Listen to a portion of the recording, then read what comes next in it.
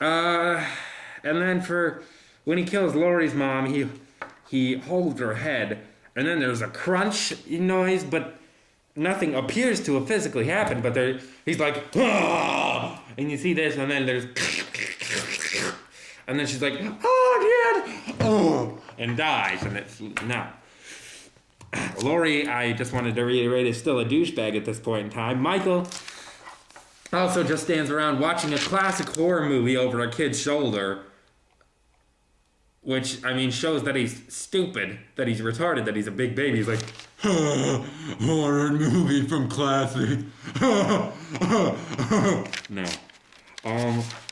There's references to Michael Myers being the Antichrist. There's babysitters Laurie and her little whore friend visually portray sexual intercourse in front of two young children and then cuss like sailors in front of those same kids.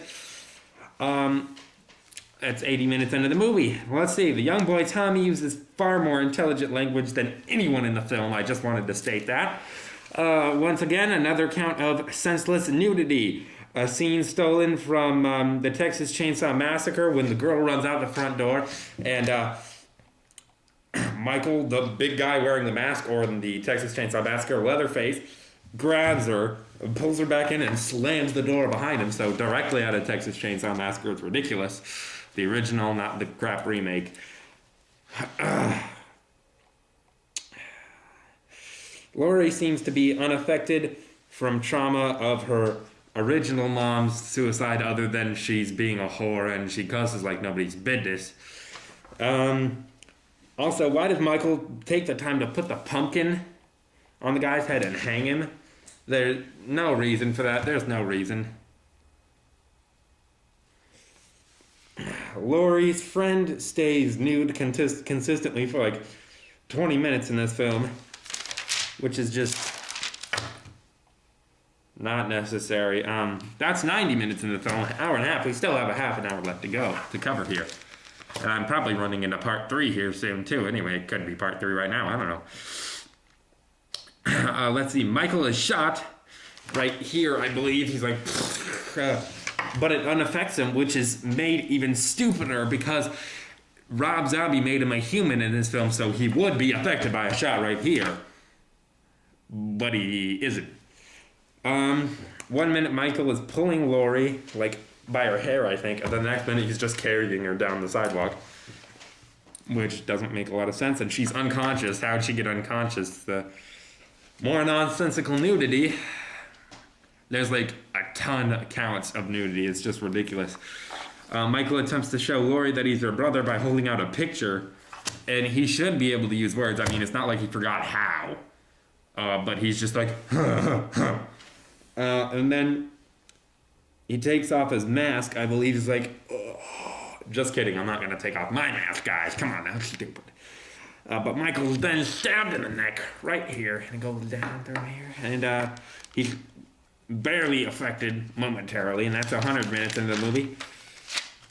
Here we go. Last page, guys. Last page. Okay. So Michael puts his mask back on, which is still stupid. He's shot 3 more times in the back.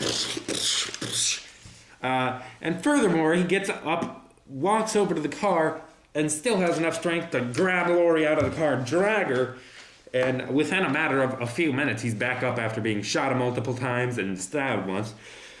Michael stops and listens to Dr. Loomis, which is just ridiculous. Dr. Loomis is presumably dead by the end of the film, which is really stupid too, because he's the main character. Sliding metal door, like in Texas Chainsaw Massacre. Michael walks around for god-awful ever looking for Laurie in the end.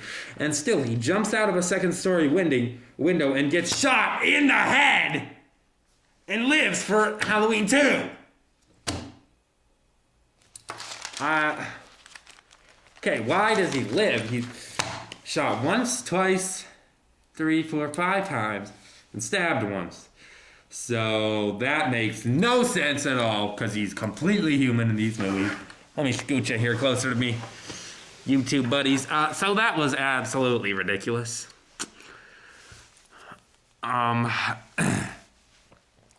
So overall, this movie I would give For homage to the original, a 0. For creativity, 0.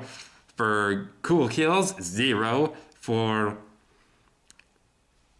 plot, 0. For characters, 0. Everything. I hate this movie.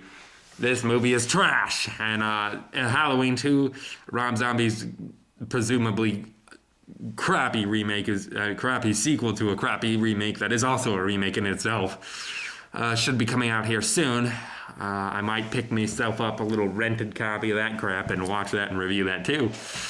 But I just wanted to let everybody know, especially you, Rob Zombie, if you ever see this, which I highly doubt you will, but anyway, that you have done an awful job remaking this series. You have lost all credibility as an artist of any kind to me. I still like your old school music, but I'm not going to listen to your new music. I can't watch any of your movies, obviously, because I've seen all 3 of them, and they all are just absolutely terrible films. And I think the only reason anybody cares to watch your films at all is because you are Rob Zombie, and because it does have the word Halloween in the title. But I don't think you deserve anything at all, film-wise. Yeah. Terrible, terrible job. Way to go. The end. Also, I just wanted to let everybody in this little world know that I picked myself up a copy of a double feature featuring the original My Bloody Valentine and the original April Fool's Day. I shall be watching those soon, and I will give a DVD review on those 2. I like to call it my my holiday horror collection. Get it? Because April Fool's Day, Valentine's Day. It's pretty cool. I got that for free, too. So, pretty cool stuff. I'll see all of you later. Okay, let's get this little last shot here like that. That's pretty cool. Okay, see you guys. I approved this message and everything. You know what I'm saying? That's stupid. I'm probably going to edit that out. Anyway, see you later, guys.